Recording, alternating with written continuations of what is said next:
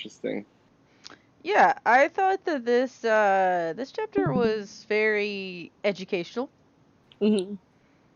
Now I am streaming to the Discord, but you don't have to read it from my version. It's just there in case, you know, you don't want yours immediately in front of you for some reason.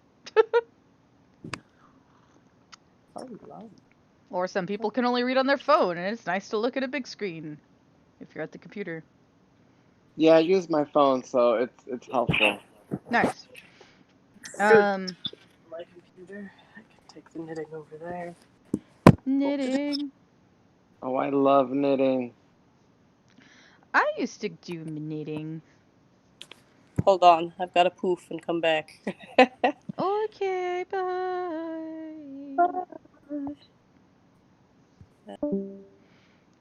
Sam is switching computers. You came Oh, back. All right. Wait. Sound. Sound.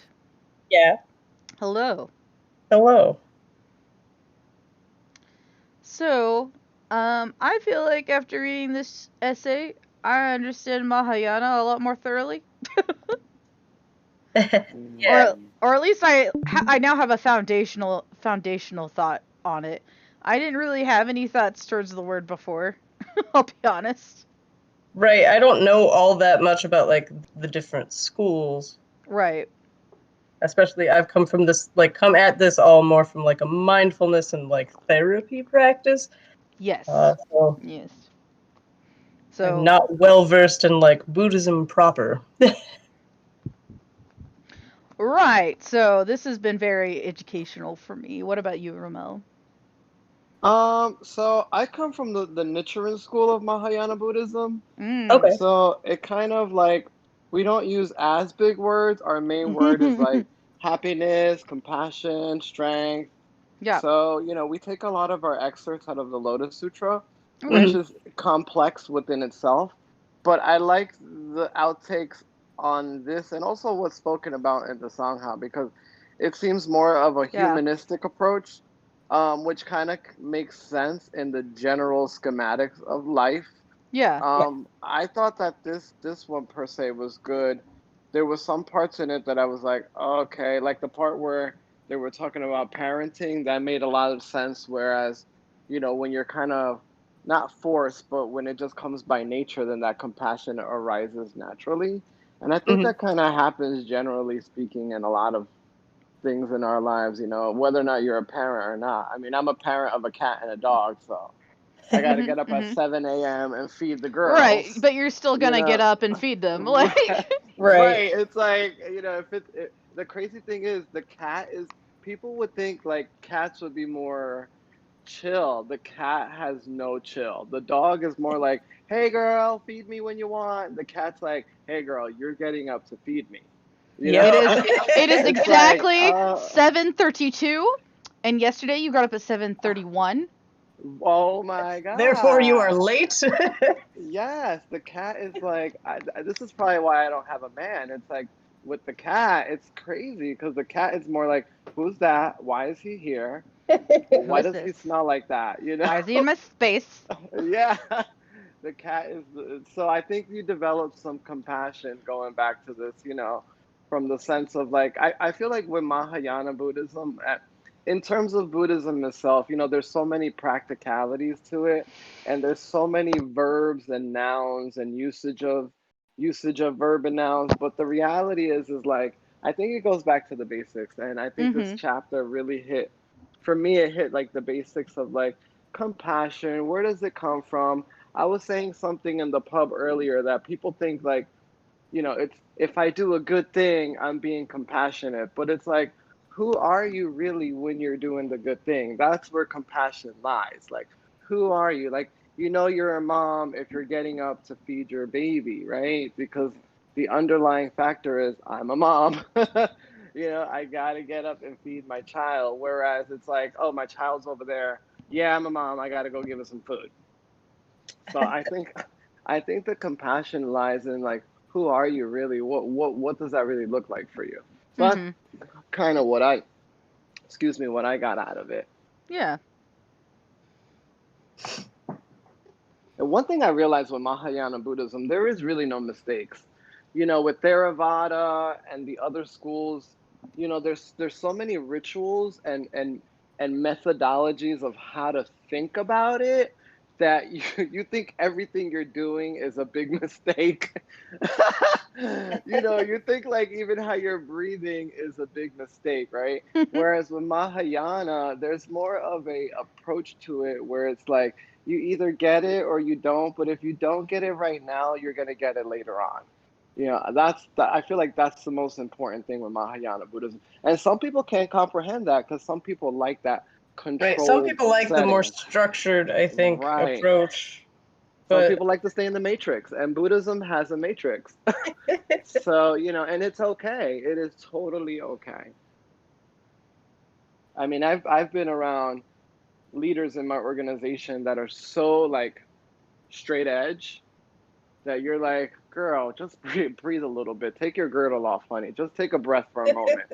Where it's like, yeah. then you see people that are extremely going through some suffering and are going through some really hard times.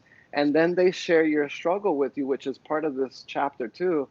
And in that shared struggle with one another, you kind of take that straight edge leader and you're like, okay, now you can't be so straight edge because how can I really relate to you if you're so straight edge? Yeah. So, it's something that's spoken about in this chapter where, in that shared struggle, you really tend to unite with people. And I know that in my life and my sexuality and just my day to day, where it's like, if you kind of don't get me and I can't share my struggle with you, Mm-hmm. then where are we really? I Why are think. we really even talking? Yeah. Yeah. Right. Um. I think this sentence says it well of like exactly what you were saying earlier about the motivation behind your compassionate acts. Mm, Tibetan tradition sees the kind and quality of a practitioner's motivation as the determining element in defining the level at which he or she follows the spiritual path and the results that come about. mm. So that's exactly what you were saying, but said fancy. Yeah. Those fancy words. Fancy. Wow, that's so true. I like the part where it says, ordinary motivation is found among those who are driven by the desire for happiness in the world and are particularly interested in getting out of samsara. I mean, I think that's just like everybody right now. And I think the reality is like you turn on the TV, it's like get out of samsara. You turn on your cell phone, you go to Amazon, it's like get out of samsara. You call a friend, hey girl, how you doing? Hey girl, let me tell you about what happened. You're trying to get out of samsara.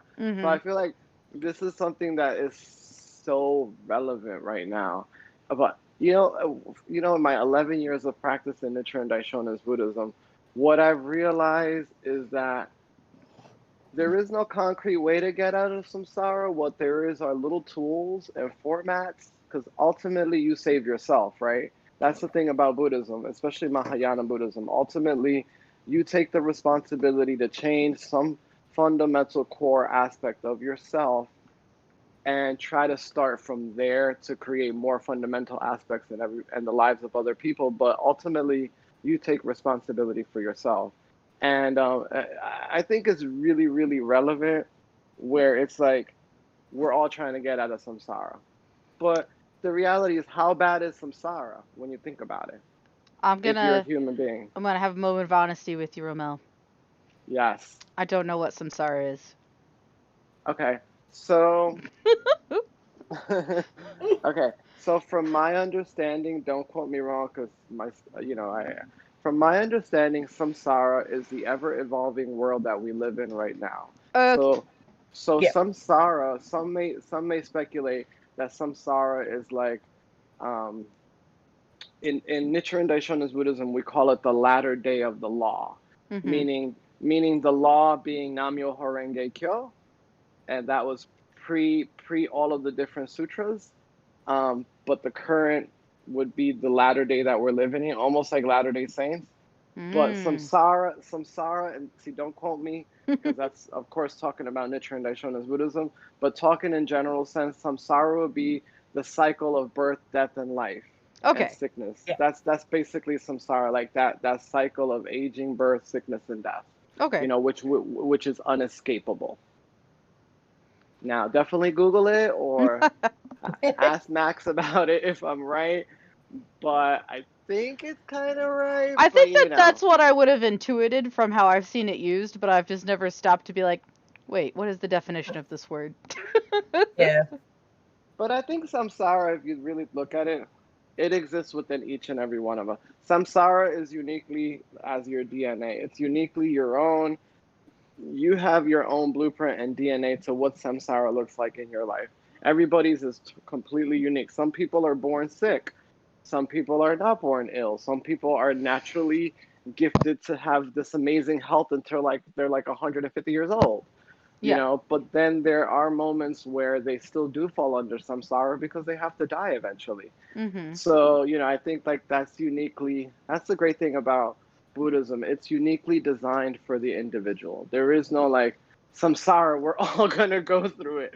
No, it's like there's a unique coding for each and every person. All right, everybody, I've written I'm this week's lesson on your samsara, so I hope that okay. you're ready.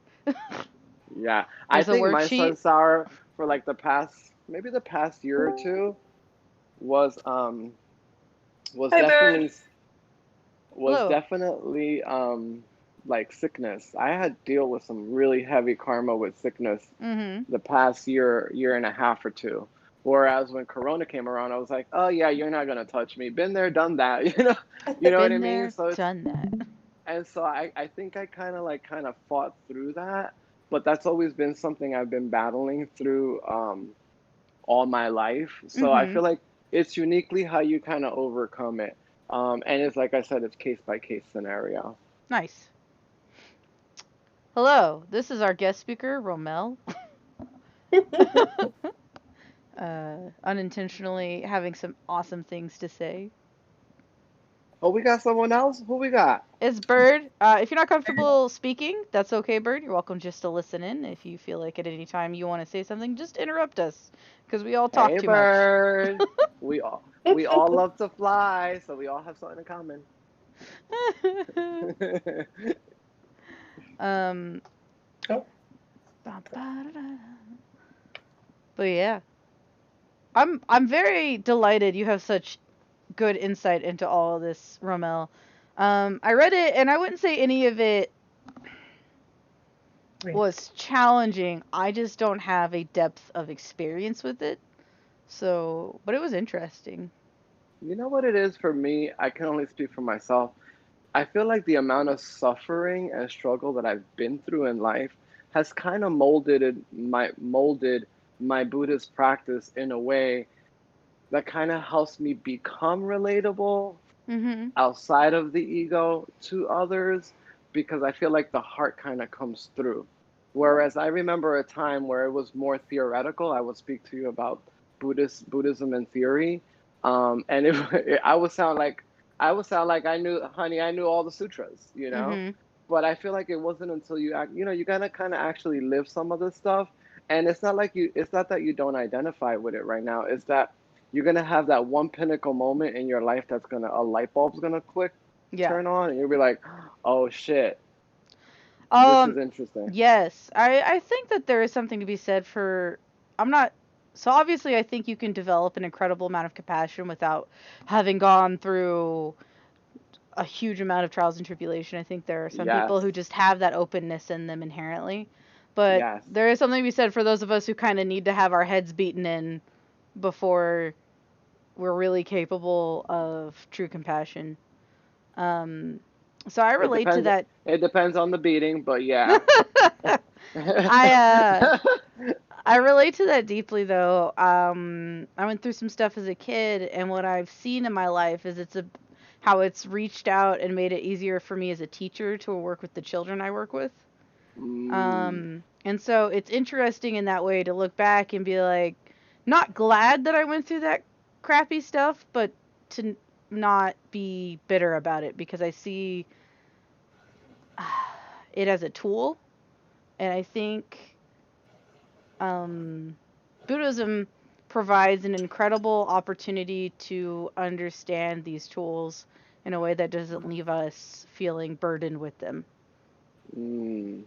I mean, the great thing about Buddhism is the Buddha was actually alive, right? We're talking Mhm. about a man that actually breathed, lived, and walked this planet.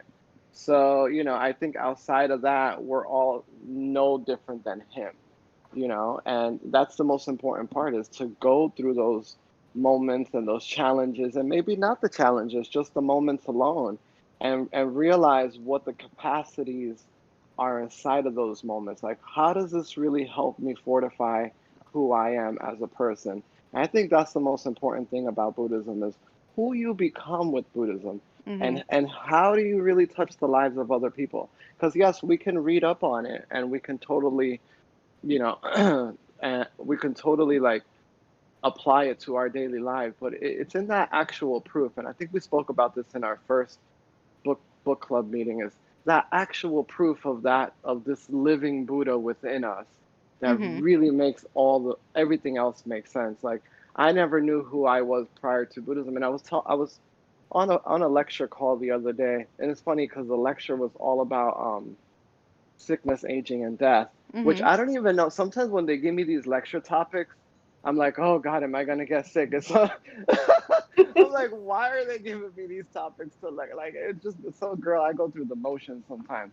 But anyways, one of the girls, one of the we call them young women's division when they're under 35. One of the young women's division made a comment and she said, and it's kind of in correlation to this, what we're talking about. She says, Ramel, I is having doubts okay in my Buddhist practice? Is it okay to have doubts?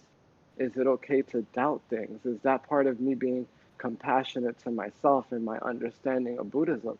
And I said to her, absolutely, because I remember before I even encountered Buddhism, if I didn't have doubts in who I was at the time, then I would have never have encountered this philosophy. I would have thought the world is okay, everybody's girl, let me go worship, whatever I worshipped at the time. Let's keep it non-denominational. I was like, Whatever.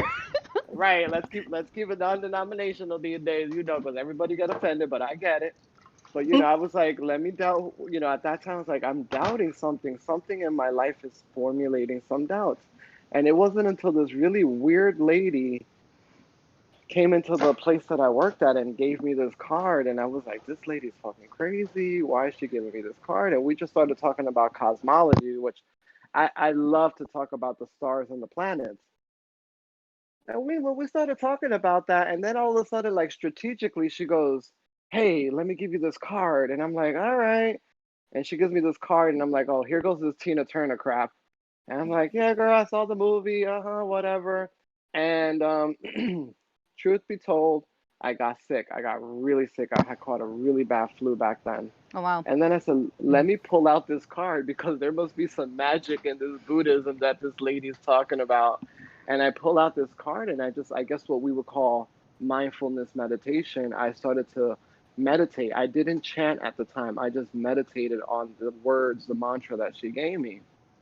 And then out of nowhere, I didn't heal from my sickness, but my boyfriend at the time left his laptop open. I find out he's like having an affair with some guy from South Jersey. It was like a You. whole saga. It was like a whole saga. And I was just like, this must be witchcraft. Like, how all of a sudden I get this card and I start to focus on this mantra and all of this stuff starts happening.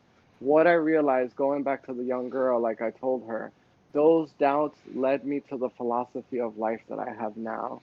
And it led me to the compassion that I have now because, hey, homeboy wasn't meant to be with me, so it's okay. But, I only developed that compassion from having those kind of doubts. So Mhm. I think it's important sometimes for us to have these human challenges and these human experiences that kind of help us develop that sense of compassion first for self. Because I mean, if you can't have compassion for yourself, then don't think about Buddhism. Because Buddhism starts with you. Buddhism starts and ends with you. You want nirvana, you want enlightenment you want enlightenment, that all starts with you. And then there's other realms and factors to that. But I think I'm rambling, but that's kind of what I got a little bit from compassion. Yeah, I vibe with it. Namaste. Okay. I don't know. I get it. I'm reflecting a little bit on some of what you said. I appreciate your willingness to share and talk and Oh, anytime, express honey. those If it's thoughts. one thing I'll do is I'll share. That's that is not a problem. That is not a um, problem. I guess one of the things that really intrigued me was this sentence that said, "It is said that the Bodhisattva can never refuse the request of sentient beings for help." And I think that that is really is a very simple way of saying some of the things I think you were saying, and also very beautiful, but also scary. Yeah. Okay. If you think about sentient and insentient beings, right? Insentient being meaning beings that don't live and breathe like us, and insentient meaning they can be from other planets. They could be our Greys. They can be our Palladians. But we can go on and on and on that subject. I'm very, very familiar with that subject. I love it a lot. And then we think about the sentient, which is us breathing, capable people, animals, blah, blah, blah, blah. I think what they're trying to convey, from my understanding, is being a bodhisattva on this planet and being a bodhisattva of the earth. Sometimes it does require us to seek from each other. Mhm. Not all the time is it going to be friendly, right? I'll give you a story. For instance, when I first joined the Sangha, don't tell Max this, but I don't care. When I first joined the Sangha, I was like, who are these group of people? They're talking some weird Buddhist stuff. Like I was like, I had no clue what kind of Buddhism was being practiced because I was so conditioned within the Mahayana that I practiced that I was like, oh my God, this is so different. Like, hearing the word mindfulness a lot and meditating. I'll never forget one day I said, hey, does anybody want me to, I'm about to, chant. Does anybody want me to, put a prayer request in? And Max was like, yeah, chant to disillusion yourself. I was like, oh my God. I was like, who the fuck Oh my is this goodness, guy? no. That I sounds was like like, Max. oh my God. I was like, oh my God. But then later on, as I felt the heart come through, and I felt the more of the talking and the dialogue and the effects of what is going on with this greater global schematics of this Sangha, I realized that this is exactly what is being said right here, is that don't be afraid as a bodhisattva of the earth to reach out to other sentient beings. As a result, I reached out to him personally and I was like, hey, so talk to me about what we're doing here. What is it that this is about? And it's funny because every time I kind of felt like pulling back, I would get like a message on my Tumblr from Silent Gong and my heart would drop. I was like, oh God, this is that guy Max. And it would be This like, is hey, Max. dude, we miss you. How are you? And it's really interesting because the bodhisattvas will reach out. So it is that point that we do have to shed some of our layers. And me being a person that I always thought I shed so many layers on a daily basis, even when it came to my Buddhism and my practice, I had a sense of pride, right? Mhm. Because we always want to have a sense of pride in how we stand firm in our resolve. So Mhm. it was really interesting to meet other practitioners that practice different forms of Buddhism. That it was like, okay, shed that pride because there's other ways that other people have to get to their path. Mhm. And this really, really touched home for me. This phrase, this statement, because yeah, you do have to really become a bodhisattva of the earth in order to reach out to sentient beings or allow them to reach out to you, vice versa. That's where that shared struggle comes in. Because if they know your struggle, they're going to ultimately say, hey, well, shit, I get this. I get it. I think I could get I think I could get you, but if I don't get you, now I get you. Mhm. Mhm. Did we lose somebody? Ah, bird left. Bird. Oh, Bird. Oh, I'm so sorry, Bird. But It's all your fault, Romel. You should probably feel I bad. know, little bird. She must have grew some wings. All right. Well, yeah, that's basically what I was referring to. That. I mean, Buddhism is that part of Buddhism is always going to be the hardest to relate to others. Even in my practice, like I always wondered why the sensei of my organization wouldn't sit down with, let's say, the Dalai Lama. You know, like why would you sit down with the Dalai Lama if y'all both practice Buddhism? How come you guys can't sit together, right? Yeah. So you start to see that even within Buddhism, even within the mind of Buddhism, there are a lot of control factors, and there is a lot of pride, and there is a lot of, you Mm-hmm. know, oh, we do it right, we do it the right way, or we're gonna get to nirvana this way, and this is the way to get there. And sometimes it just doesn't look like that, because you know when you think about Shakyamuni Siddhartha, he didn't have no way, honey. He had the Brahmins just trying to beat him up every day for not being a Brahmin. Mm-hmm. You know, he had his wife trying to beat him up for not being a husband.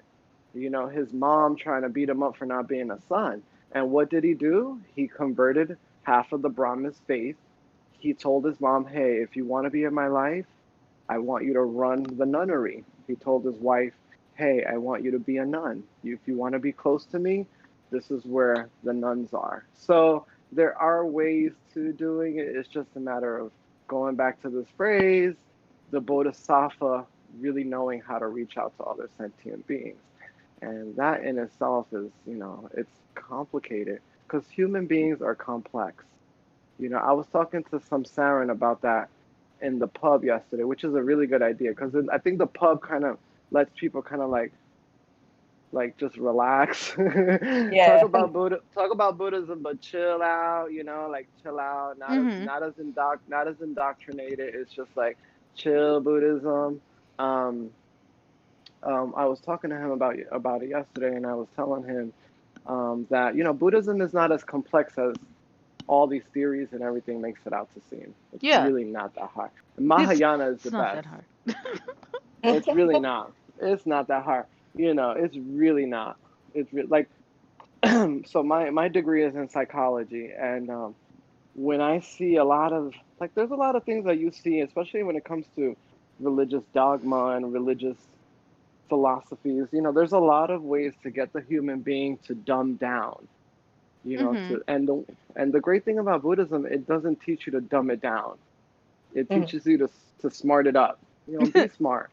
Yeah, I'll never forget. This is a sidebar, and then I'll end talking for now until the next part. I'll never forget this Buddhist leader I met. He passed away 10 years ago. I'll never forget. I was telling him, how could you be the greatest Buddhist? Right? We're talking about a guy that would introduce 20 people a day to Buddhism and wouldn't tell you what to do. He would just introduce you to Buddhism. He'd just, you know, in our faith, we believe in Nam-myoho Renge Kyo, so we would give you a Nam-myoho Renge Kyo card and tell you to chant 3 times, and we call it planting the seed. And then you do your own thing with it. You know, it's like, here, we planted the seed. All right, you do your thing. And I'll never forget one thing he said to me. I was like, how could you be the greatest Buddhist? And he was like, this is an old Japanese guy. He goes, if you a hoe, you be the best hoe. If you smart, you be the best smart. He's like, that's how you win at Buddhism. I was That's like, how you win at Buddhism. wow. I was like, wow. I was shocked. I was that he even said the word hoe. I was like, oh, okay. But it was so interesting that he said, just be the best wherever you at. You know, it doesn't matter where you're at in life. Of course, we don't want you to be the best murderer, you know, or the best, Yeah, don't do that. you know, don't be the best molester or some shit like that, you know. But like, you know, be the like. I think he was trying to say like, be the best wherever you at, and I struggled with that a lot. So my profession, I went to school. I got my degree in psychology.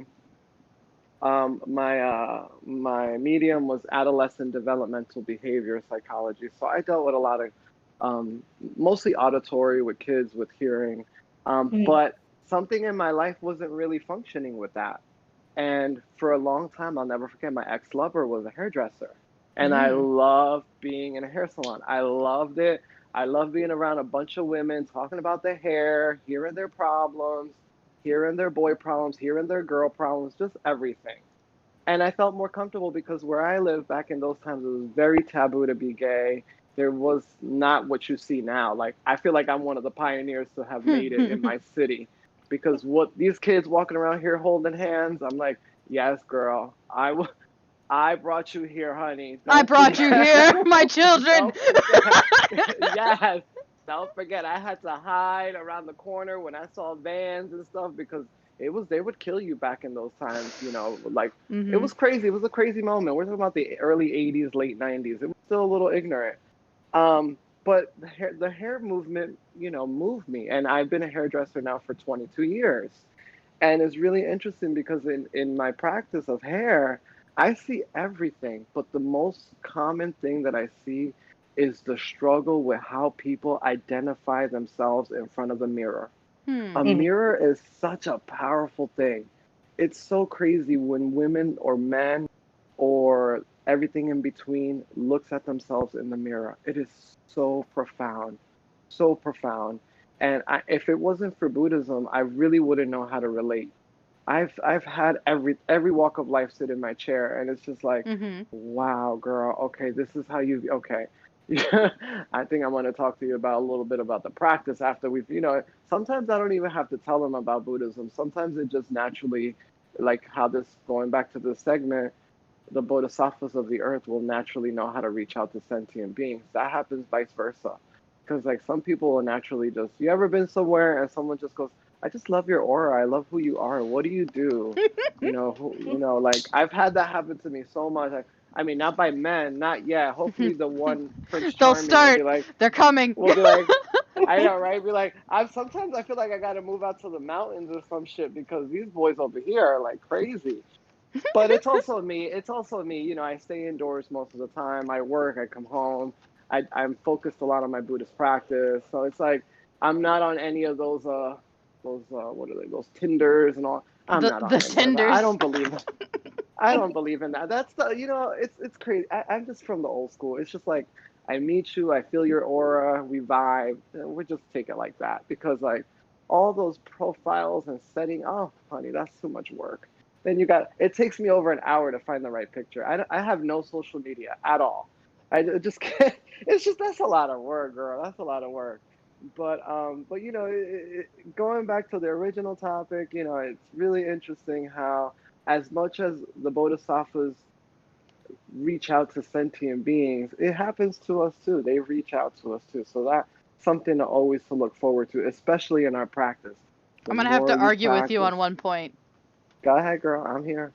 Tumblr is considered social media. Tumblr. Oh, girl, really? Yeah. Oh my God. Because if you see my Tumblr, it's funny. My Tumblr is all reblogs of how I feel. So if you want to know how I'm feeling, go on my Tumblr and you're like, oh, this is what he reblogged today. Okay. But I've never put. Well, no, I did post one thing. I don't know if this happens to you guys. This is off topic. But I don't know if any of you guys are empaths, but I kind of get an empath from one of you guys. There's an empath between one of you guys. Somebody there's an empath. But I don't know about you guys, but whenever I have to watch happy videos in order to cry and let out some really good tears. Mhm. So recently I put a post on Tumblr that you ever see that show America's Got Talent? Mhm. Yep. I love when they get the golden buzzer. If you want to see me start crying up a river, honey, would you see like the segments, especially if it's like one of those compilations where it's like 20 of them in a row, and you see that little kid screaming, "Oh my God, I got the golden buzzer!" Oh, honey, I just start boo-hoo. I'm just crying, but it helps me kind of like recenter. It's kind of cleansing for me. I don't know. Tears have always been like, of course, there's always been those sad tears, but those happy tears are very, very cleansing for me. So that was my latest post. That was my only post I ever posted on Tumblr. Like, you ever get that good feeling when you watch the Golden Buzzer in America's Got Talent? All right, so enough about me. Okay, let's move right along. This has been getting to know I Ramel. know, I know, right? Like, hey. Pretty cool. Let's see. Oh, and I think this is also connected to stuff you've been saying, which is like one can be engaged in the most advanced Vajrayana practices the tradition has to offer. But as noted, if one is carrying these out with a self-serving motivation, then it'll be as if one were not practicing the Dharma at all. Self-serving motivation. This is true. How do you feel about that? Yeah, I mean, yeah. Sam? I think I generally agree with it. Like, if your motives are like, like selfish or even just like self-centered, you're not necessarily going to be like engaging compassionately with like people as much as you can.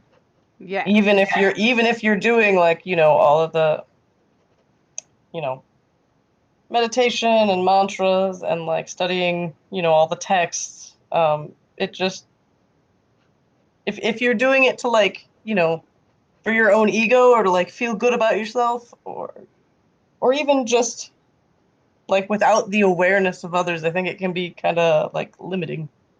I don't know. It's not a like great brain day. I have a headache, so I'm like trying to but words are not not with me Tylenol, today. Tylenol. Yeah. I You don't know, want to go out one of the downstairs. greatest things that Milo, what's outside the window? one of the greatest things that Max Silent Gong said, and I'll never forget it, in one of our first book clubs. He said it all, honey. He just be giving you just like he just be coming in there with a sword of well, wait, what's the He-Man sword? I forgot what the sword that he had. Uh, By the power of Grayskull, that sword. yeah. Oh my yeah. god. Well, he gives me a little bit of She-Ra, so he could give a mix of She-Ra and He-Man. I'm gonna give him that. Um, but one thing he said that it really struck home to me, even in my own practice individually. He said it doesn't matter whether or not you chant or whether or not you meditate on a daily basis. He said, because if you do it on a daily basis, you just become a skilled chanter and a skilled meditator. He Mhm. goes, it matters what the intent behind it is. And you know what? He's absolutely right. And it's so true. And I think this touches this whole thing because, like, I've sat in front of we call it the Gohonzon. I've sat in front of my Gohonzon and chanted aimlessly, like for just bullshit, just sitting there chanting because they tell us to chant twice a day and everything. Yeah. And one day it hit me. I'm like, why the fuck am I doing this like so much like this? Like, how am I just learning how to robotically chant? And Ikaria is right. It's like you got to have that motive behind it. You got to have some type of ground footing, and that ground footing isn't always about you. Yeah. That's the hard part. The hard part is if it's not always about me, then who is it about? Because then there comes the cases. Okay, well, let's say for that some of us have that luxury, which I don't think anybody should ever have that luxury. But I don't have anybody to chant about, or I don't have anybody to meditate about, or I don't have anyone to think about. That's a lie, right? Because there's so many things and people that we could, dedicate our prayers to. I think that's the reality of how can we open up those channels of compassion for prayer or meditation or Mm. whatever kind of rituals people do. Even the witches. You can't have the fiercest ritual if you don't got the fiercest intent. And I have a lot of Strega friends, and I always tell one of my girlfriends, I'm like, girl, that's not working out for you because your intention is all off. You're over here channeling the four corners and pulling their daggers up in the air. Well, what's your intent? Because if your intent ain't there and you're just summoning up whoever or whatever the hell you're summoning up, it's not really valid if there's not something inside that's moving you towards it. One thing I realized when I don't have anything or anyone to chant about, I chant about.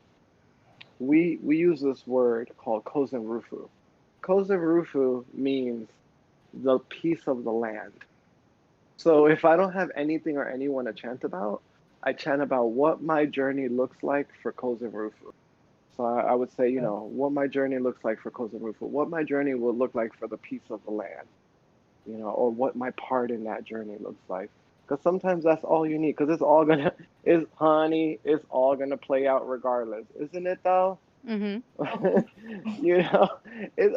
I mean, it's all gonna play out. We can alter it. We can kind of put a couple of agents in the matrix, but the reality is they're still gonna be there. Hmm. Yeah, intention. Especially right now. I'm gonna touch on it for 3 minutes because I feel like it needs to be touched on because I'm seeing a lot of it, even in the Sangha a little bit.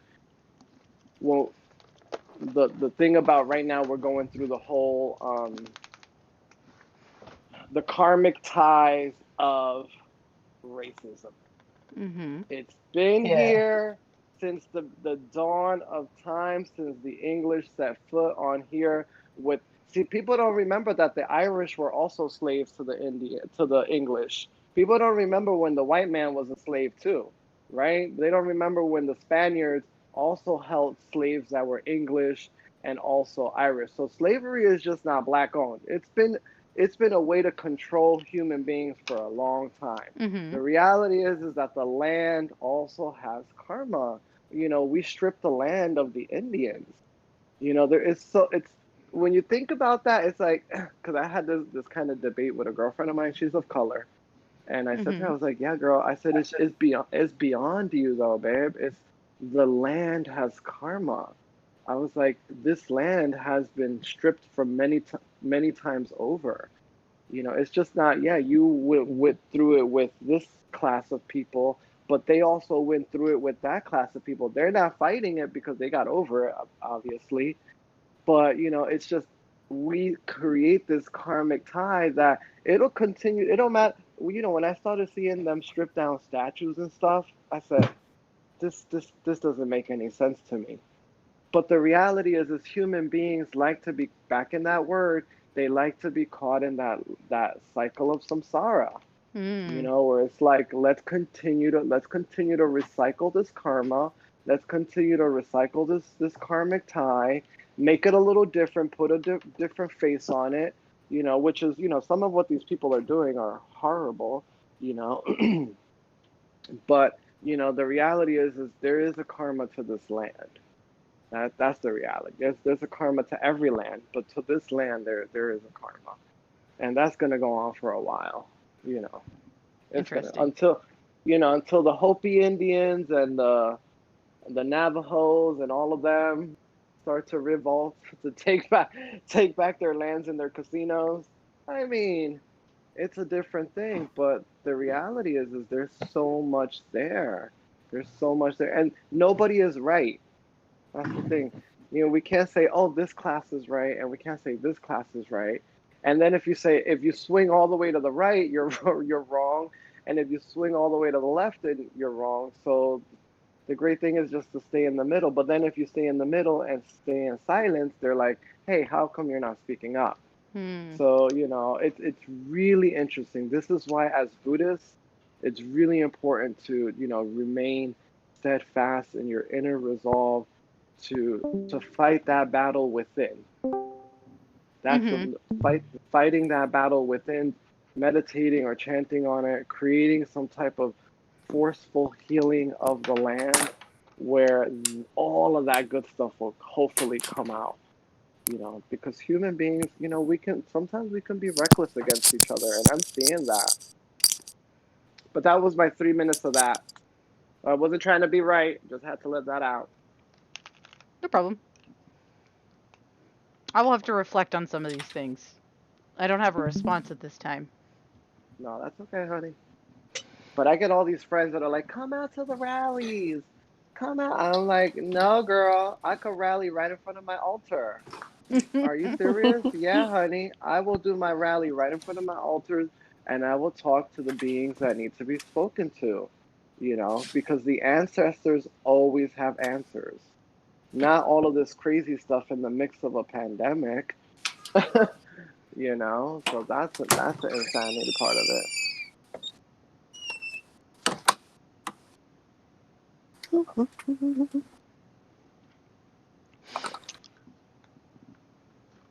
I'm sorry. My brain went to a weird place, and I hate it when it does Okay. that. I this is. I'm imagining a children's illustrated book called The Buddhist Hairdresser, and you are playing the role of it, and I'm like, how would I illustrate that?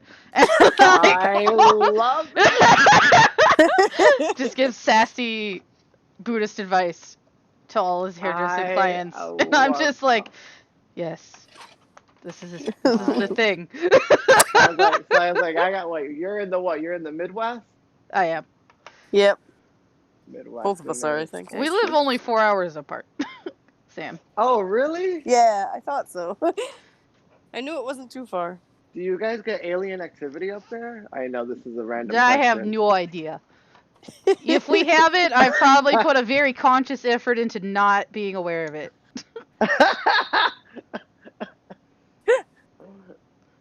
Or an unconscious effort, as it were. 4 hours, that's awesome. So you guys get to bump into one another at Publix or something. No. No. No. Sam and I are both hermits. It's true. Just hermits geographically closer to each other than some people. See, I need a husband like that I could just be a hermit at home, tend to the garden, just do all of the housework. Actually, let me not ask you for that. Water the garden. Water the garden. Sam's like, oh, dang, the garden! Yeah. That's exactly what happened.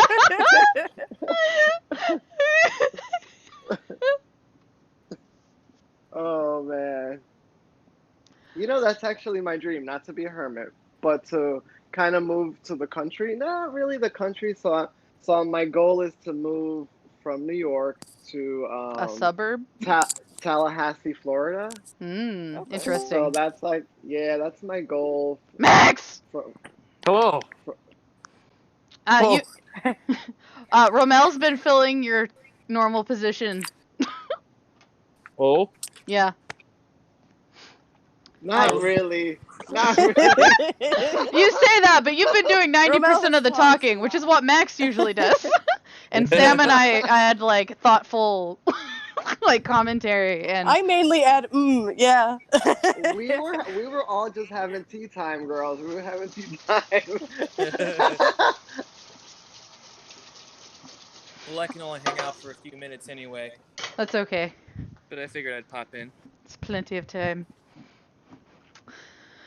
So I thought overall, Max, to catch you up, very educational essay. Oh. Very informative. I learned new words. And I also gained a deeper understanding of certain concepts, and Romel has helped continue that education. Give me some highlights. Highlights include Mahayana.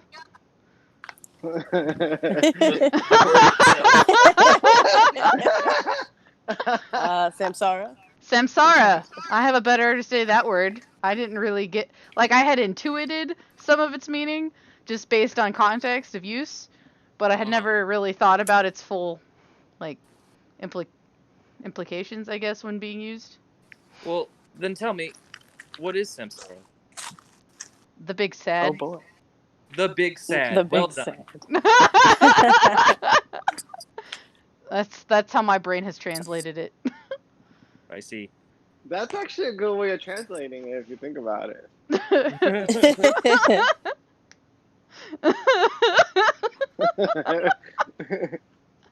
Like, hey girl, how's Samsara doing? Oh girl, the big sad. My brain creates interesting interpretations of things, to say the least. That's all right. Embrace your truth. It is my truth. The Bodhisattva's inherent nature of not refusing a request of help by a sentient being, and how, much like when a mother responds to a crying baby, You just do the thing without ill intent because it's a thing that needs to be done. It's like that spontaneously arising compassion. I must do the thing. It is time. Perhaps You can do it. slightly more accurate to say, the thing must be done. Mm-hmm. I am in the space Whether to do the thing, so the thing will be done by me. Mm. Yeah. All right, Milo, tell us more about Mahayana. Milo. And he squeaked. Oh, Milo. The true teacher. He is. He teaches me every day a little more about Buddhism. What kind of dog is he? He is an orange cat. Oh, Very My weird favorite, breed. my Bruh, favorite breed of cat I of would have thought dog. he was a dog. Oh, he's an orange cat, a tabby. Yeah, Oh, I have a tabby too. Her name he's is Nala. She's orange. he's my favorite breed of dog. What color is his eyes? Milo, look at me.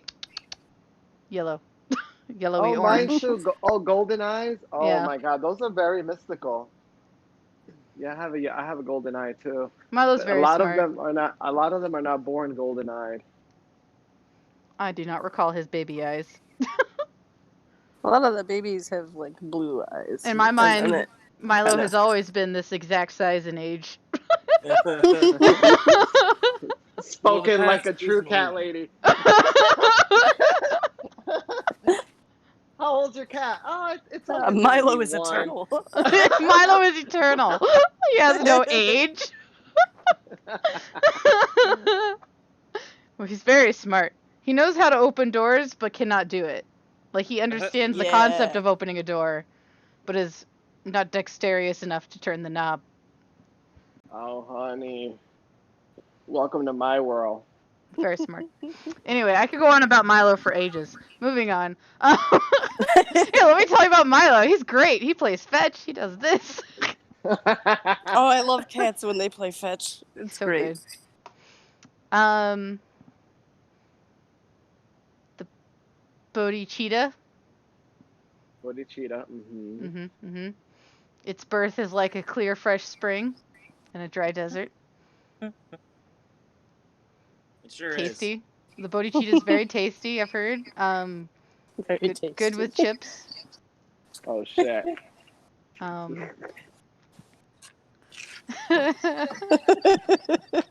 If I ever reach enlightenment, it's gonna be so absurd how I get there. You will. You will. Oh, I should move farther away. Yeah. Feedback.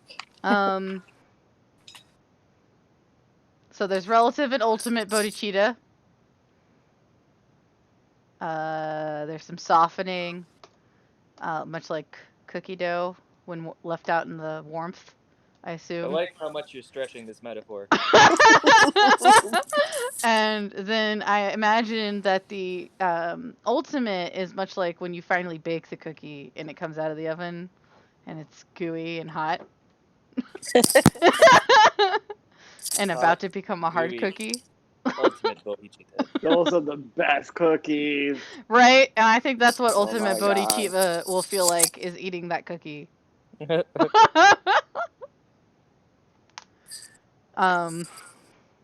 Well, ultimate bodhicitta would be, am I going to be able to share that cookie? Everybody Ah, get that man. cookie. Can everybody get that? Can everybody get dibs on the cookie? There you go. Mm. Or why am I baking the cookies? The cookies have always been baking. There you go. We've all just been waiting for them to come out of the oven. Honey, Not knowing that they're already done. They're already Oh. done. They're already on the counter. We're staring at the oven, waiting for the cookies, and they're already on the counter, Max. Yep. I'm getting that flashback to Matrix. We can already 2, eat them. when the agent goes into the kitchen and he's like, "You set that cookie plate deliberately, separately, or some shit like that," and then he slams the cookie thing on the wall. Mhm.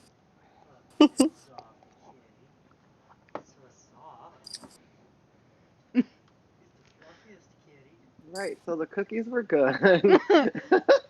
But have you really eaten the cookie? Or are you just Which, imagining eating the cookie? um, well, I was eating General Tso's chicken, but I mean, it's kind of like a cookie. If you squint hard enough. Yeah, And there you kind of go. like turn your head sideways and pinch your nose. Yeah. Just really visualize the cookie. Bam! You're enlightened. Congratulations, everybody. Okay, I'm gonna go now. But Goodbye, Max, I'm not Max. enlightened yet. Oh, that's okay. That's okay. Enjoy. Okay, bye. Oh, wait, does he have on flip flops? I can hear his flip flops. Oh, those are probably mine. Sam flips and flops. It's true. Oh, I'm downstairs now. I can actually take some time. That would be good. All right, Um, so are we finishing up here? we What we can. got left?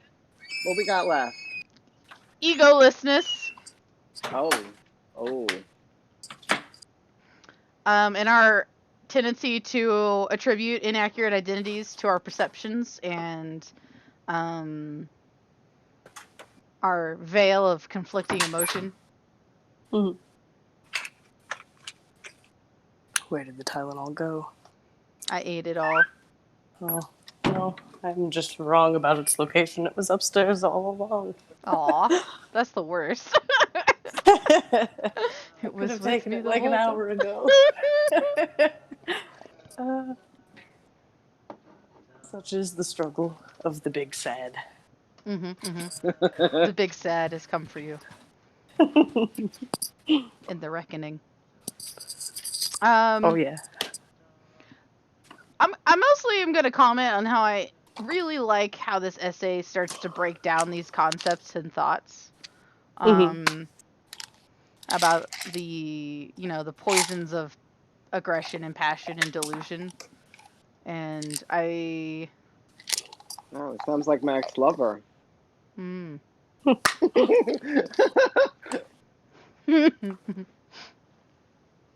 Oh, Mr. Lizard. You're talking about the 3 levels of compassion? Yeah, I am now.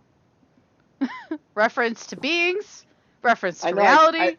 I keep looking at your little mouse and it keeps like going like back and forth. I'm like following the mouse. Oh, don't Like, follow the mouse. I just moved the. Don't follow the mouse. Ah, that's my I'm bad. about to get myself a Tylenol. I'm like, wait, hold on. Where's the mouse going? I will idly move the mouse if I'm not thinking about it. I'm sorry.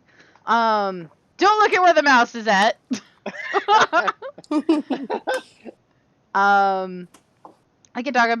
We can talk about 3 levels of compassion now.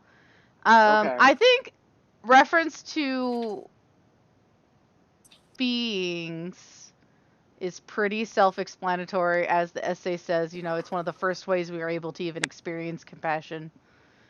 And then reference to reality is interesting. Yeah, right. It is when we see ignorance for what it is, perceiving both its power over sentient beings and also that it's entirely unnecessary. I found this particular paragraph one of the more confusing to parse apart in the essay. As I was like, okay, yes. Ignorance has power over sentient beings. It is unnecessary, but how does one eliminate it? I don't know. So then I got into some weird, like, brain I mean, loops. the one underneath it kind of explains it. Then this deeper level of compassion arises with us, arises in us, which is true, right? Because like, if you don't have, okay, let's say for instance, I mean, I don't know about you gals,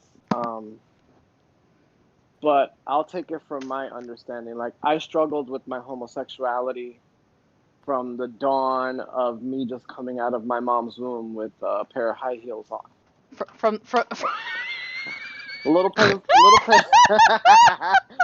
painful for her, but hey, they were stilettos. What can I say? she said she wanted a girl. I said I want Manola Blahniks. What can I tell you?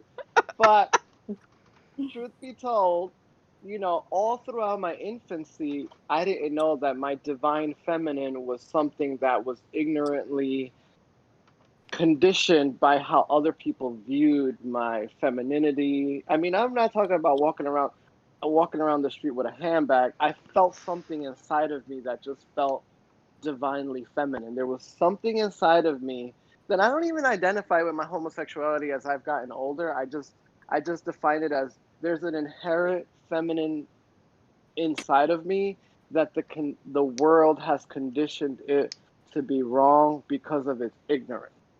Mhm. So as I've gotten older in life, I mean, 39 ain't that old, but hey, for some people it's old.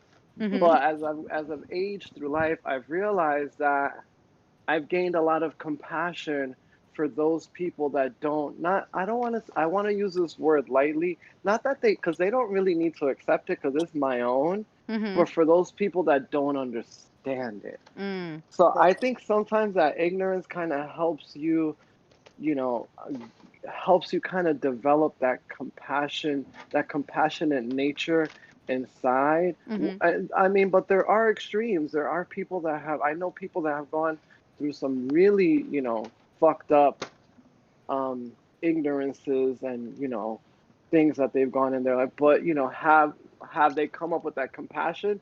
Yeah, I think that's also a case by case scenario. But that ignorance does give rise to that compassion, but that happens all on the inside. Mhm. It really does, because no one's gonna give you a hug and say it's gonna be okay. You gotta first of all believe in the hug, Mhm. and second of all believe that it's gonna be okay. And it took me 39 years to actually be really comfortable in the skin that I'm in, because I would be afraid to paint my nails a different color. Like I used to, I always wanted to paint my nails white. For the life of me, I always wanted a white pedicure, and I work in hair. And it's like you would think I would be walking around with like a 3-inch wig with like, but it's like even in my industry, you're already labeled as that gay guy that should be outwardly extreme, should be such an outrovert, where that's also ignorance, because it's like, no, there's some of us that are not, there's some of us that are actually introverts, but we like to wear high heels at home in the mirror, in the mirror. These are my you know private high heels. Okay? yeah, These like are I not for wanted to you. exactly. So it's like, I think like for me, in this context, you kind of develop from all those ignorant facets outside of you. You do kind of develop that compassion within you. You have no choice sometimes, and the reality is if you don't have a choice, then why not be compassionate? But then there are Mhm. others that in the samsaric way, they don't know that option. They don't know that they can have compassion with themselves. So they're constantly caught in that vortexual feeling of samsara, that they're suffering because of this outside ignorance. Mhm. So I kind of hope that kind of helps, kind of breaks that up a bit. It was But well said. yeah, basically it's all inside. I You think the you have compassion good part is. words. A plus. I do. I hope so, girl. I hope so. No, but but no, but on the real, like I think that's what it should look like, and it's hard. It's not easy. You see a lot of people that are still stuck in those, and then you get that. I always see that other extreme, that like I have a friend of mine. She's a religious Jew, ultra always in the synagogue, praying to all the Torahs and everything. And the moment she gets out of the synagogue, all you hear is complaints. What's Hmm. gonna happen next? I don't know what's gonna happen. And then it tells me that, did you really take the context of that spirituality that you had Mhm. an hour? Because their services are like 2 or 3 hours. Did you really take the context of that spirit and apply it to something inside of you? And I think Mhm. that's what, if we don't observe ignorance good enough, then Mhm. we can apply that compassion inwardly and then outwardly, because that's the part of the ego that we don't get, is how to apply it outwardly. that's where the ego gets a little tricky, because as much as we might want to apply it outwardly, the ego might say, hey, you're doing a great job, you're great, oh my god, you just did this and this is amazing, but whereas you're really not really doing anything. Yeah. And that's something that definitely, Max could touch on, because he's great on the ego topic. But that's something but that's something that he could definitely probably unlock, because Yeah. I struggle with that a lot. I struggle with the whether or not this is right, this is not right, or now I learned that if it's right or if it's not right, or if I don't know what to do, just don't do anything. Because because in the non-doing of anything, there is enlightenment. There is some type of enlightenment, and just chilling out. I always used to want to handle people's problems, but now I'm just like, no, no, no, no. Sometimes it's just best to just, of course, people will be like, hey, he's being shady, or hey, but it's really not that. It's just sometimes you just don't know what to do. Mhm. And that's also compassion. I just read recently, the greatest self-love, the greatest way to show your middle finger is self-love. And sometimes that's so true. Yes.